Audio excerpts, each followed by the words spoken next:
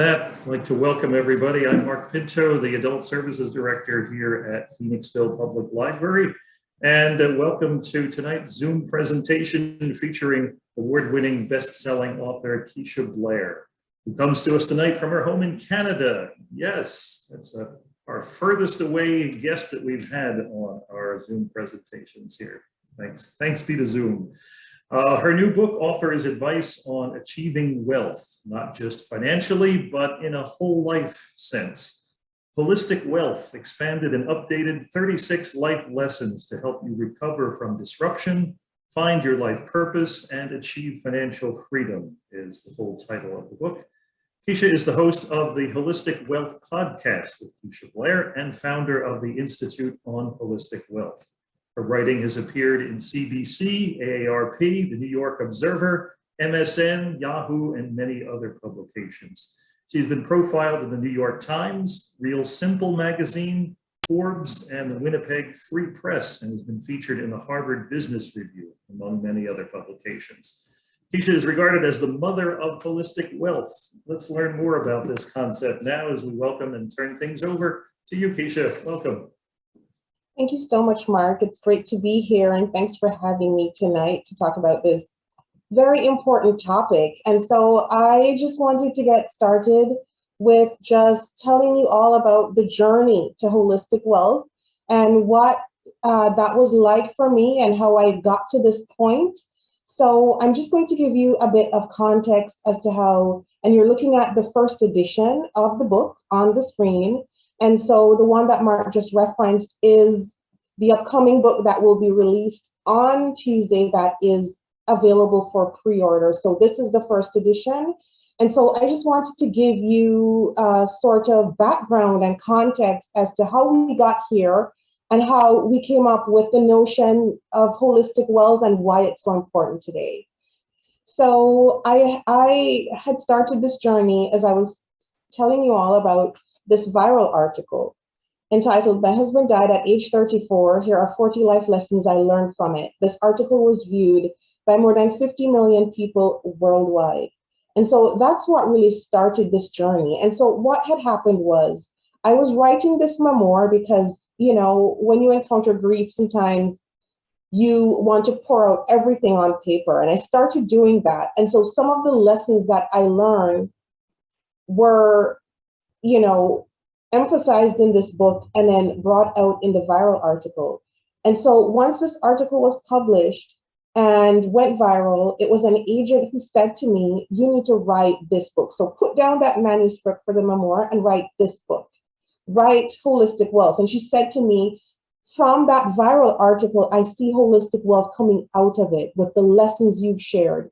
And so that's how the title came about. And that's when we coined it in advance of the publication of this first edition that you're looking at right now, which took place in November 2019. So as I was saying before, the book that Mark mentioned, the next edition is coming out on Tuesday, the expanded and updated version of Holistic Wealth. And this is the first version that you're looking at.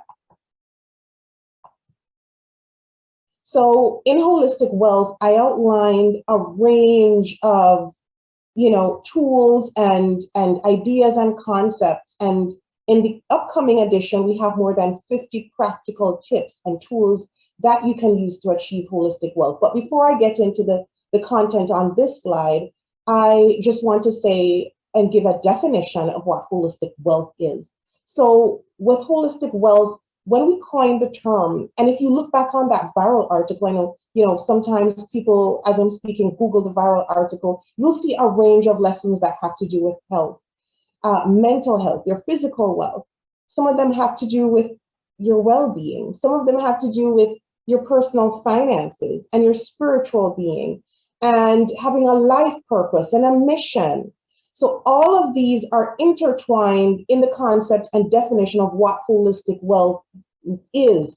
And the reason why it's so important during this time is that given the collective trauma that we've all encountered and the fact that we're all looking to reshape our lives, holistic wealth is a concept that can help you do that and achieve those goals in life that you want to achieve. So all of those pillars of holistic wealth really give us that, the tools that we need, really helps us to build resilience to overcome life altering setbacks. And I said in the book that holistic wealth is intentional by design. So it's not something that just happens randomly. It's something that we have to take practical steps in our lives to achieve. It has to be really intentional by design. And as I mentioned, there are a number of tools and resources outlined in the book to help you. And one of them is this personal financial identity quiz that I developed based on this personal financial identity framework. So in the expanded and updated version of Holistic Wealth that's coming up, to be released on Tuesday, you'll have an entire chapter on this that's more fleshed out, because during COVID-19, when people read the first edition, they came back to me and they said, well, how do we identify our personal financial identity? How can we really learn how to embrace it? How can we do that? And so when people came back to me, readers of the book, I started crafting this framework so that they could use it in a practical way to not only identify their personal financial identities, but to also learn to embrace the strengths and weaknesses. Now, this quiz is available on the Institute on Holistic Wealth website. It's quick, easy, and free. I have to mention here that you will be asked for your email address once you take the quiz to get your results, and you can do that and get the results instantly. So what is your personal financial identity? Your personal financial identity is, as the name suggests, it can help us better achieve our goals, understand others, and plan ahead. Just as important, knowing other people's tendencies helps us to work with them more effectively. So spouses, parents, business partners, managers can take advantage of this framework to help reduce conflict, to help understand each other better, to help make decisions in and around a team, so that we know that we're taking in our individual needs as required. So this is just one of the tools available that you can use. And I've been to several talks and people have asked me, they've been like, well, what are some micro steps that I can use to start on the road to holistic wealth today, tonight, as we're sitting here? If you're thinking about how can I start on the road to achieving holistic wealth, well, this is one of the tools that you can use to do that. This is the personal financial identity framework and quiz, and it's a practical way of starting your journey, because it helps you not only with your personal mission, which is also another chapter in the book, and crafting your own personal mission, but it helps you to know what the strengths and weaknesses are of your personal financial identity and how you may be making, errors in terms of money decisions. So that's the important thing about that. Now, there are two important concepts that are also laid out very clearly in a separate chapter in the new and updated version of Holistic Wealth, which is out on Tuesday. There's an entire chapter on financial resilience and financial resourcefulness. And the reason why we decided to include this was because I think the concept of financial resilience, especially during COVID-19 and what we're facing such deep, geopolitical conflicts like the war with Russia and the Ukraine. We're facing a high inflationary period with gas prices soaring, with food costs soaring. A lot of people have lost their jobs. Whole industries have been wiped out during COVID-19. We've had a great resignation wave where more than 6 million women in the United States alone have left their jobs. And so what that says to me, within that context of holistic wealth, is that we need to be financially resilient and financially resourceful. Now, in becoming financially resilient, it means that you're able to weather those financial storms. And it means that you'll be able to bounce back from life-altering setbacks in terms of a financial perspective. So financial resilience is a key concept that I think is going to be really important as we think about shaping our post-pandemic lives. The same thing with financial resourcefulness. How can we be more resourceful in the face of setbacks? How can we be more resourceful in an economy that is increasingly tight? How can we be more resourceful in a high inflationary period where gas prices are soaring? How can we leverage the income we have? And how can we gain more passive sources of income to make ourselves more financially resourceful? Well, these are some of the things that are outlined in this chapter.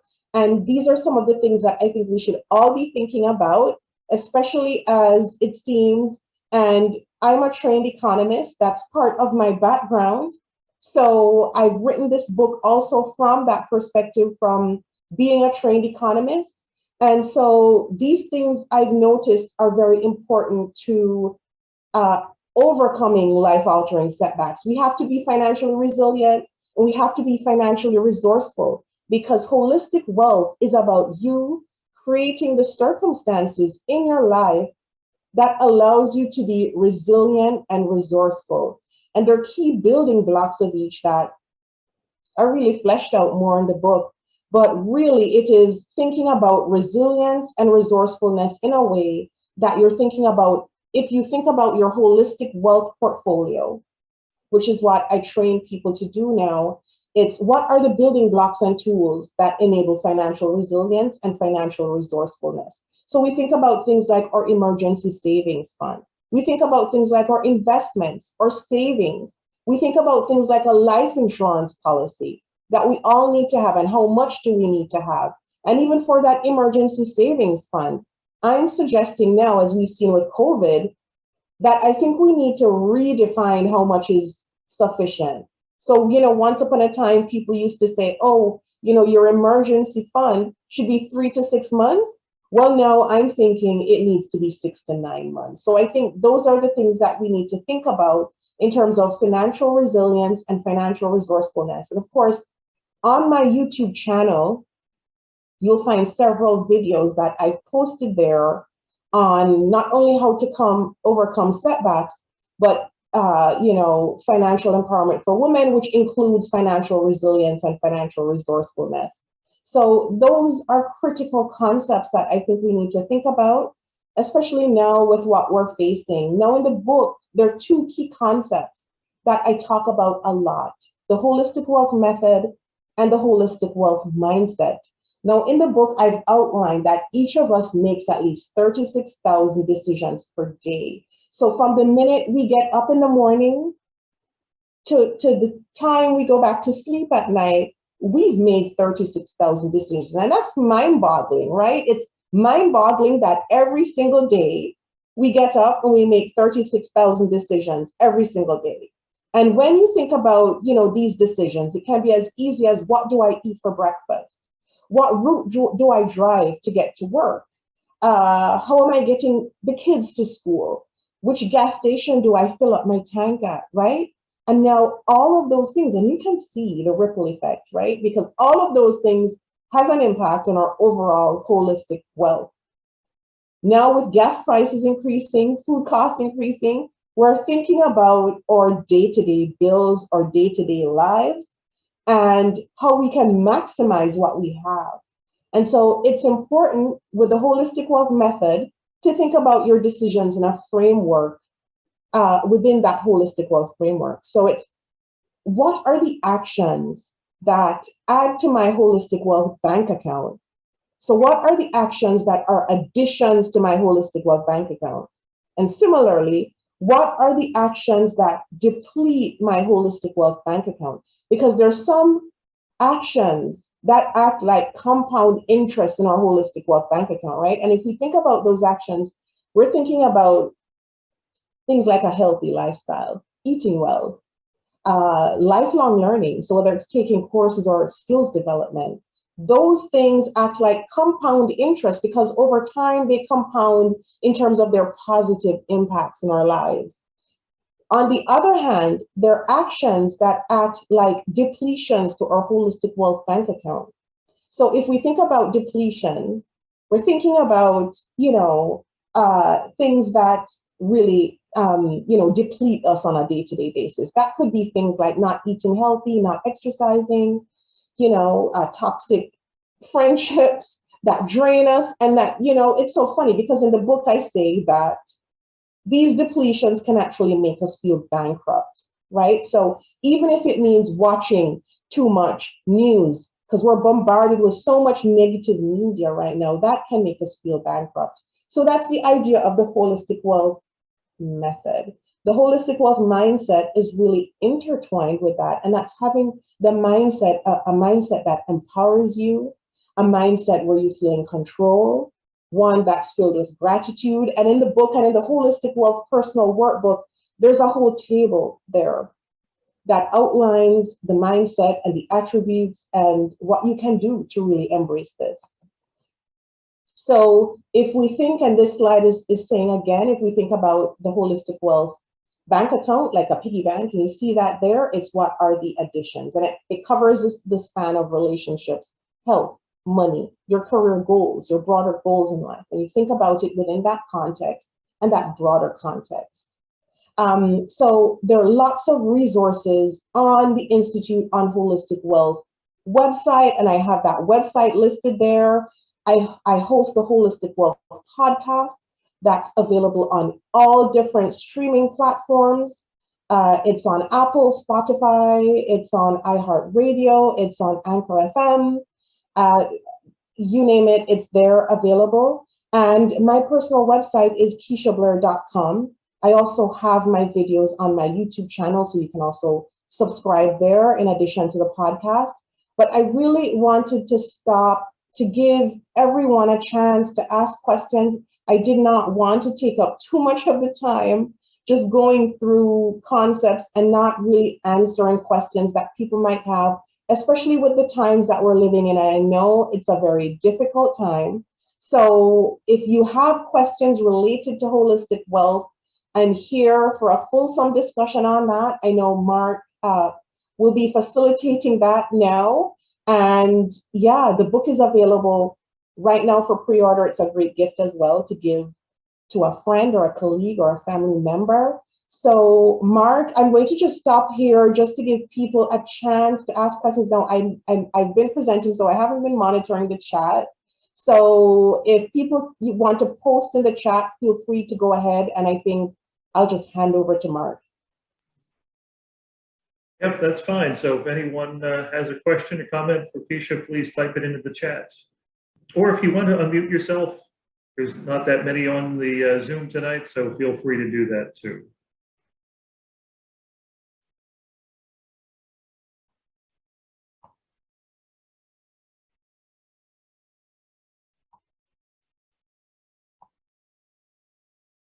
Give a minute for people to type their question.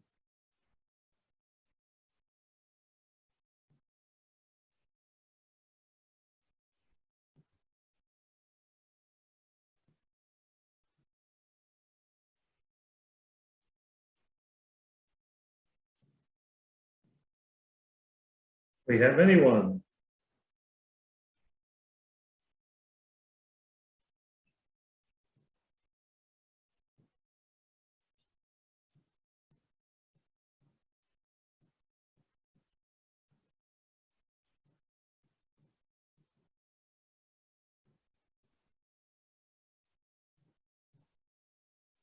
So Mark, I'm not sure if anyone else has had a chance to do the quiz yet. And if you have, and you have questions in relation to the personal financial identity quiz, I'm here to answer those questions as well, because each of those financial identities there have strengths and weaknesses. None is better than the other. They all have strengths and weaknesses, and it's such a useful concept for communicating who we are financially, what our investment identity is, what our spending philosophy is, how we see life. And a lot of that, can be molded in childhood, can be molded with other relationships that we have, because I often say the personal financial identity is relational. Our personal financial identities are shaped by our relationships with others. And so most of us transition into adulthood not having gained a sense of our personal financial identities, because we take on traits of others, spending habits, saving habits. And so it's one of those things that we don't think about too often, but it's such an important concept, especially now with the high inflationary period that we're going through. And I'm sure in our households, we're having those talks with our spouses.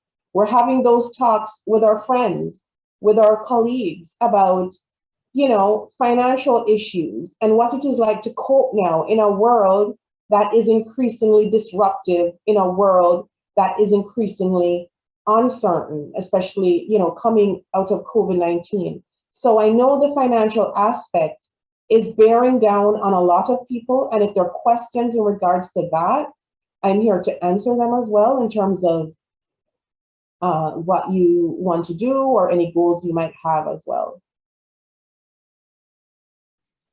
Would you be able to share one of your lessons from the book now?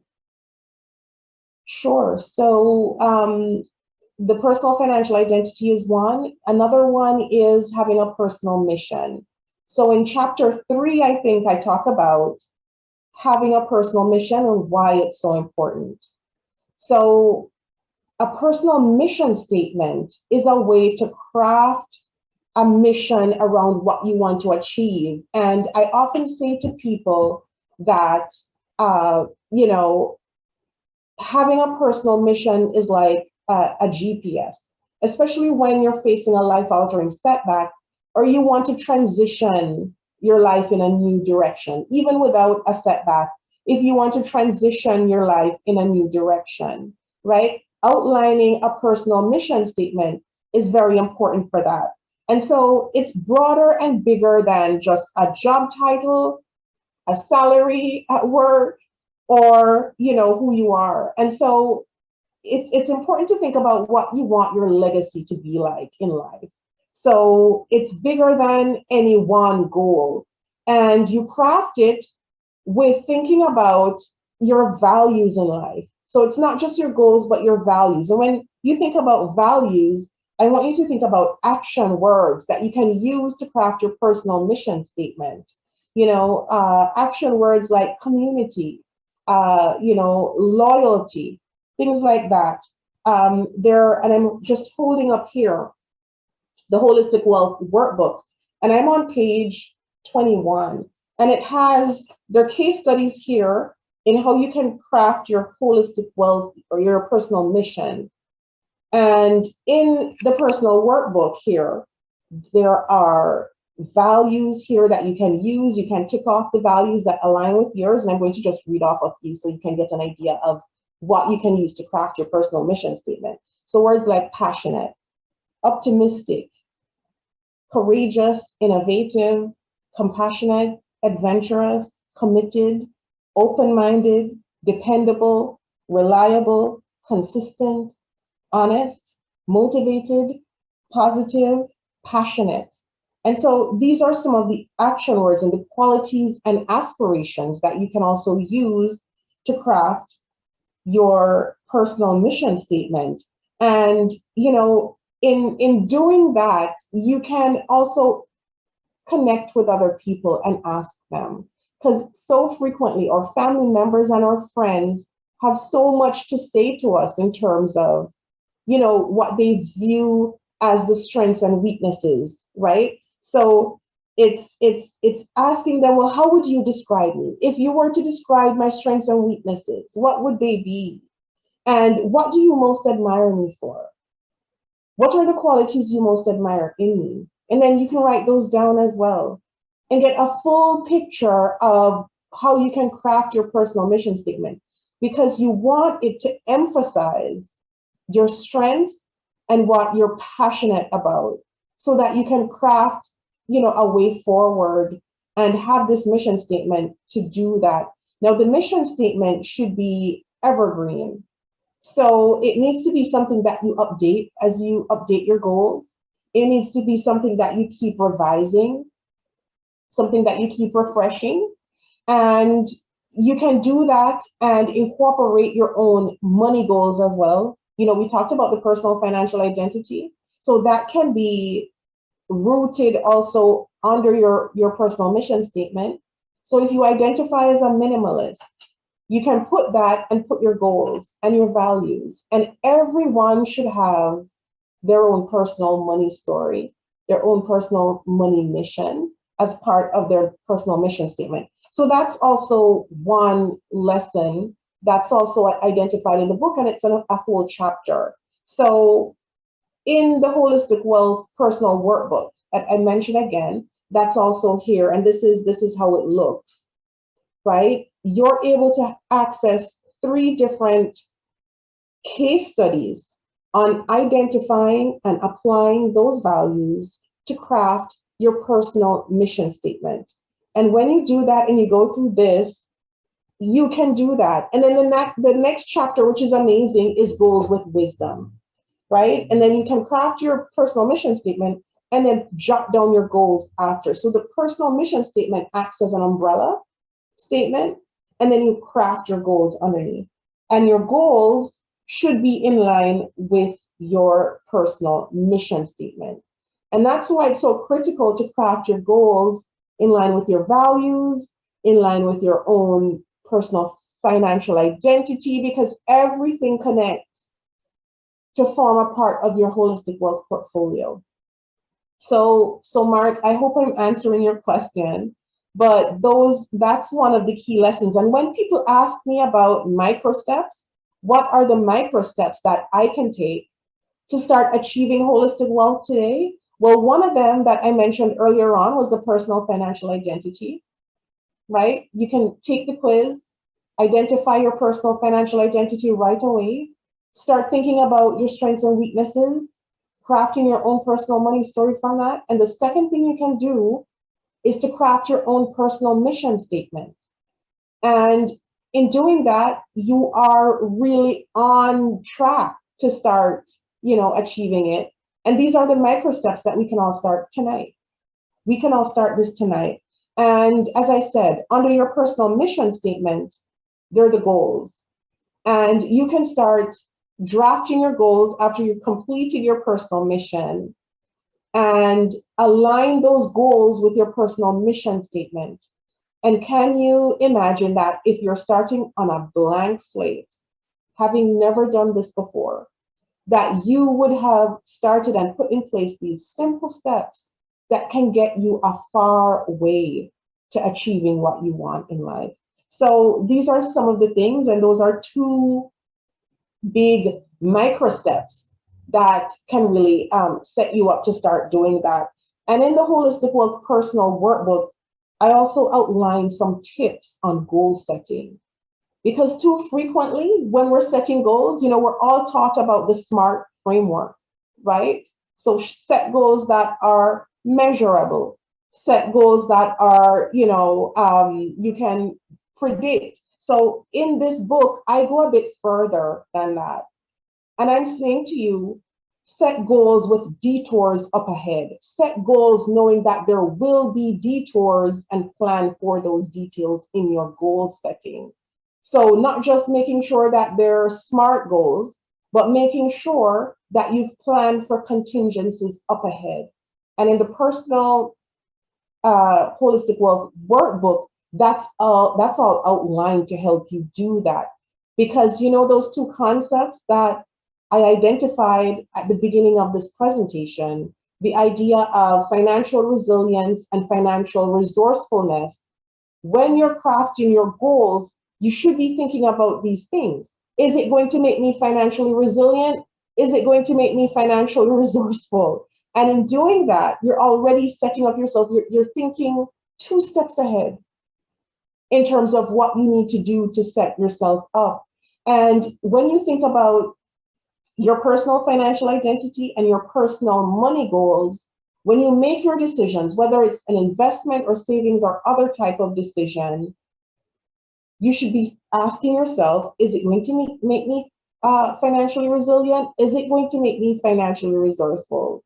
And you need to work through that when you're doing those things. So I think this framework is so important, and it carries you 2 steps ahead in terms of what we need to be doing. And so during the pandemic, Readers of the first edition of the book came forward and they said to me, we want to become holistic wealth consultants. Like, we read your book. These were women who were financial advisors, women who are life coaches, women who are educators. We have doctors on board. And they said to me, we read your book and we want to become certified holistic wealth consultants. How can we be certified? And at the time, I didn't have a certification program, but I promised them that I would take the time to write the certification so that they could become certified. And so that's how the Institute on Holistic Wealth got set up, because we created the certification program for these women. Now we have women that we are coaching and we're training to become certified holistic wealth consultants. If you go on the Institute on Holistic Wealth, you'll see the program there. We also just launched the Certified Trauma of Money Consultant program on the Institute's website to help women and to help men, everyone, get over money trauma. And we know with what's happening with COVID-19, people facing job losses, people wondering about the uncertainty, there's going to be a lot of money trauma as a result of this period. So I think it's such a good program for anyone to take, to be able to recognize and address money trauma in your own life. And it also gives you the tool, if you want to then start to help others. And that's why it's a certified trauma of money consultant program. The other certification that we launched is the certified holistic healing consultant program. And that goes one step ahead in terms of holistic healing. And if you've been through any kind of trauma, or even just want to tap into, holistic healing, then that gives you the tool to not only recognize, how you can get started, but to help others on their holistic healing journey. And these three certification programs are really stemming from this book that you see here in front of you, and the journey that I started, and this movement, and how we've responded to the demands of women who've come forward to say, we want to help other women in our communities. We want to give holistic wealth workshops. We want to help women learn about these things so they can overcome life-altering setbacks. We have certified holistic wealth consultants now who are in the field, in their communities, giving workshops to kids and teens. We have certified holistic wealth consultants who are counseling others in terms of their own, rewriting their own money stories, building their holistic wealth portfolios, because I do believe that each one of us should have a holistic wealth portfolio. And it should happen before a setback happens. We shouldn't have to wait until there's a setback to have a holistic wealth portfolio. So I do believe that we each need to have one. And when I talked about the concepts of financial resilience and financial resourcefulness, well, that holistic wealth portfolio actually enables us to become financially resilient and financially resourceful. So these are some of the things that are available to help you and to help, other people to overcome life-altering setbacks. And it's just a journey of how we've been responding to the needs of the community globally. We have holistic wealth consultants in several different countries globally. So it doesn't matter where you're from. It's online and self-paced. You can take it at your own leisure. There are payment plans available on the website as well. So those are a few of the things that and resources that we have on the Holistic Wealth podcast as well. I've interviewed so many experts and luminaries who have come on and shared about their personal financial identities. They've shared on their entrepreneurial journey as well, and their personal journey, just how much their personal financial identity has impacted them. And you can subscribe to the Holistic Wealth podcast yourself and hear about these stories, which are phenomenal. So I'll just take a break again to take questions and to see if anyone has any questions for me. There is a question just posted in the chat for you, Keisha. Okay, let me just get that. So I'll just read that. And this question is from Kate. Thank you, Kate, for this question. Do you believe it is best to have a financial advisor to guide you in investing? And if so, how best to choose one? That's a great question, Kate. Now, I'm a trained economist and I do have a financial advisor. I had my quarterly check-in with my financial advisor just today. And I do believe that everyone should have one. I don't think that, even as an economist, a trained economist, I think that having that expertise around you that guides you with your taxes, right? Because it's now, let's say it's tax time, which it is. I'm not a tax expert. I'm an economist, but I'm by no means a tax expert. So when I had my quarterly meeting with my financial advisor today, he reminded me about some things that I can claim on my tax return, right? Things that I wasn't even thinking about. And he said, remember to claim this, remember to claim that, remember to put this on. Okay, remember that this income that you're getting here is tax-free. And so it is important that we have a financial advisor in our lives because they're filling that gap of knowledge that so many of us don't have. And it's also a point of getting that insurance, right? That you're not leaving out anything in not only your tax planning, but your financial planning, your estate planning, in terms of getting your wills up to date, in terms of all of those things that even if you're financially savvy, you're just not thinking about on a day-to-day basis.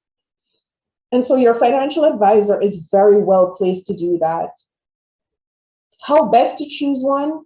Choose a financial advisor. And when you're looking up financial advisor, many of them are fee-based. And this is fine. It doesn't mean that, you're not going to get what you want because the person isn't free. It could be to the contrary, right? That you're paying for this service. So this is someone who is giving you the best advice possible. And I'll give you my experience from today again with my call. I didn't even ask my financial advisor what I should be investing in. He started to tell me the stocks that were doing well, what parts of the economy was doing well, what is poised to take off in the next 6 months. And so things that we're not thinking about, your financial advisor will advise you on.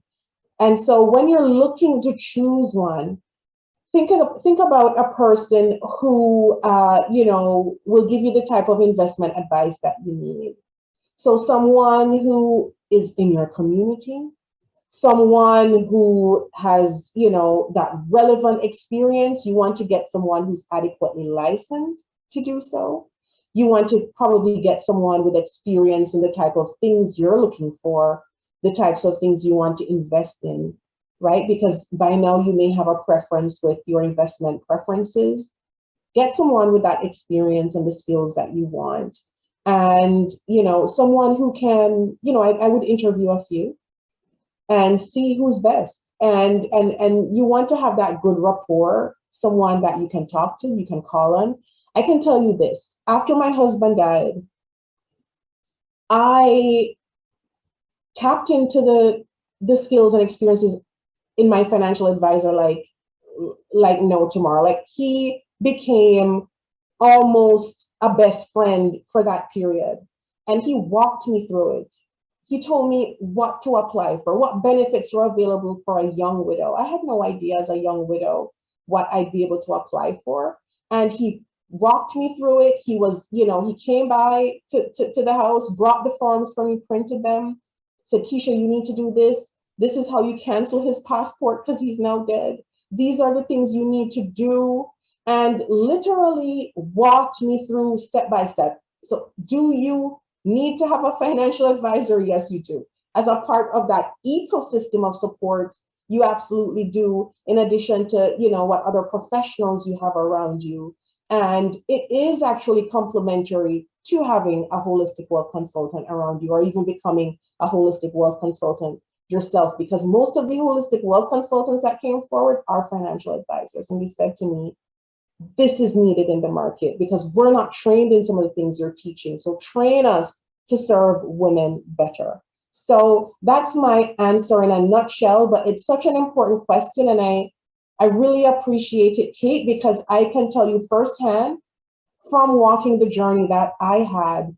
And also it was my financial advisor who said to me, you need a life insurance policy before my husband died. This was right after I had my first child. And he said, you need to set this up now. Let's set this up for you. Here's how much I'm recommending based on a risk analysis. And you know what? He did a risk analysis in the event that one of us were to pass away. How much life insurance would we need? How would the person surviving? How would that person send our kids to school? How would that person afford to pay off the mortgage? How would that person be able to stop work for a month if they needed to, or to take a break, or to even continue carrying the kids on a vacation, buying clothes? So he looked at everything in a holistic way and made recommendations. And so, yes, I think it's important. And I hope that's helpful in helping you to get some ideas as to how you can choose one, as to how, what you should look for and where you are in your journey. And of course, I do coaching as well. It's available on my website on KeishaBlair.com. And I do one-on-one coaching because I do believe, as I said, that even if you get a financial advisor, you need to go beyond that.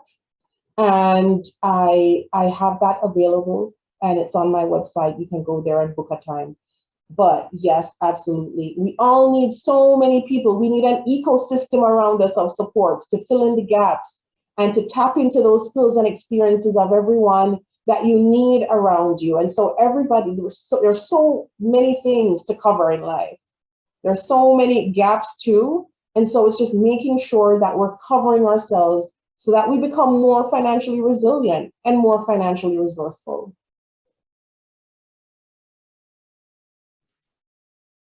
Anyone else for Keisha?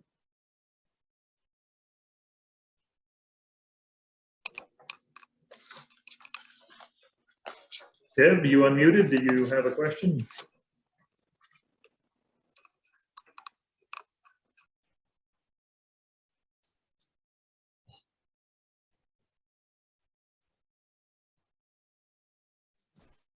No? Okay.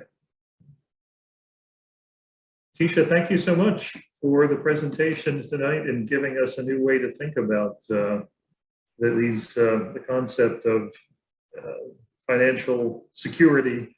And we definitely look forward to having your book here, and people can look on your website, I guess, for ordering information for themselves. Is that right? Yes, absolutely. So the book is available now online everywhere. You can get it on barnesandnoble.com. You can get it on target.com. It's on amazon.com. It's on Indigo for Canada, as well as Books A Million, bookshop.org. It's on basically nearly every website. And as I said, it makes a great gift.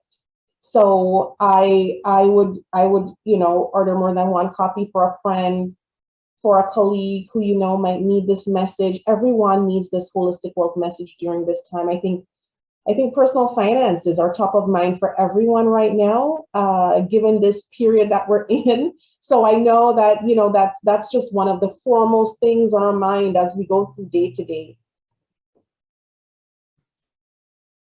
All right. Well, thanks so much for being with us tonight, Keisha.